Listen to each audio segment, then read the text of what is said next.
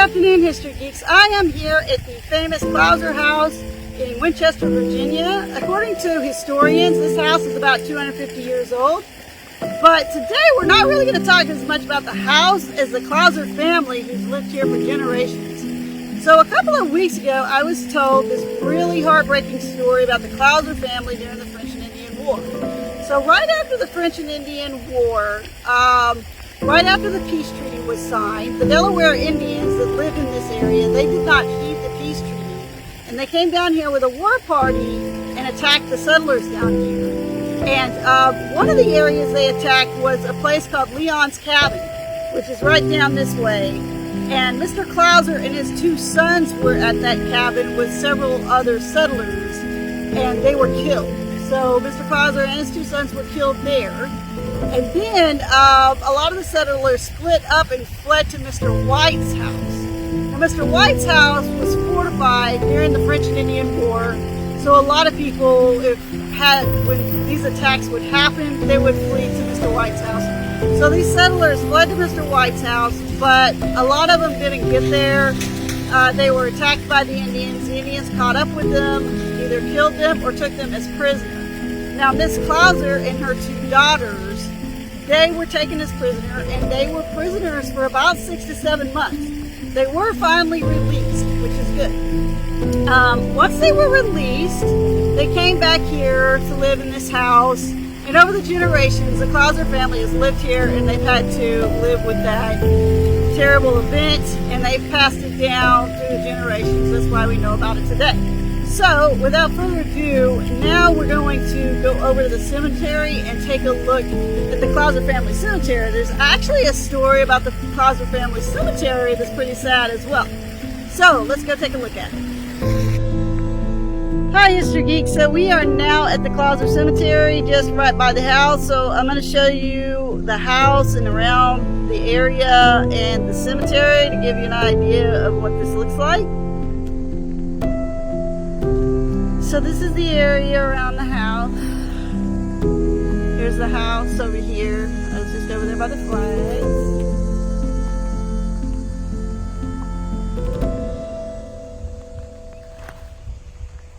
Okay, and over here where this other flag is the cemetery. So we're going to go take a look at this cemetery. And there is another historical nugget about the Clowser family. Also, this is a little bit of a repetition, but it gives you an idea of what happened.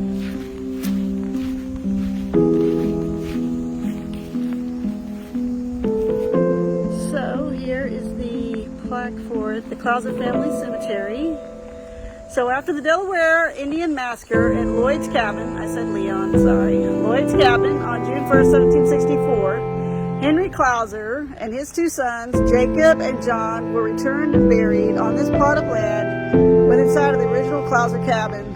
His youngest daughter, of only 3 years old and still without a name, was later buried here after being killed by the war party. So there was another daughter, a very young daughter, that was also killed, and her head was bashed in, and she must have been with him and his two sons. In the 1960s, during the development of a new resort area, contractors bulldozed off all the headstones of the family members buried here. This was done to make room for the Shawnee Land Golf Course. It was not until September of 2020, so just not that far away, not that long ago, that the headstones were located, buried approximately 50 feet from this marker. On September 26, 2020, a ground-penetrating radar survey discovered 16 graves and 17 remains buried within this site. The survey was sponsored by Larry Allen Clowser Webb and his sister Deborah Clowser Webb Martin. So it looks like the Clousers are still around and trying to preserve their history. So here is John Henrik Clowser's tomb, December 12, 1721 to June 1st, 1764. And here is another headstone dedicated to the 4 Clowser family members massacred at Lloyd's Cabin, 1 June 1764. Sons Jacob and John Clowser and the unnamed daughter. And like I said, the Clowser family's been around for a long time. And it looks like there was a Clowser that served in the Virginia militia for the Confederate States of America during the Civil War. So that's also really interesting. And we got some flags here.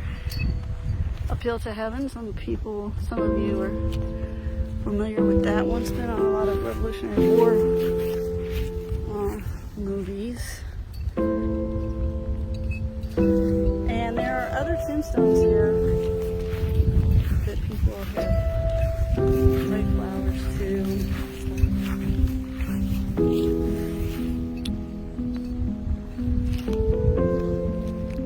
So that's it for today. I hope you guys enjoyed this story. I just found out about it and thought I'd share it with you. If you haven't already, click on the subscribe button if you want to see more of these history nuggets. So I'll talk to you later.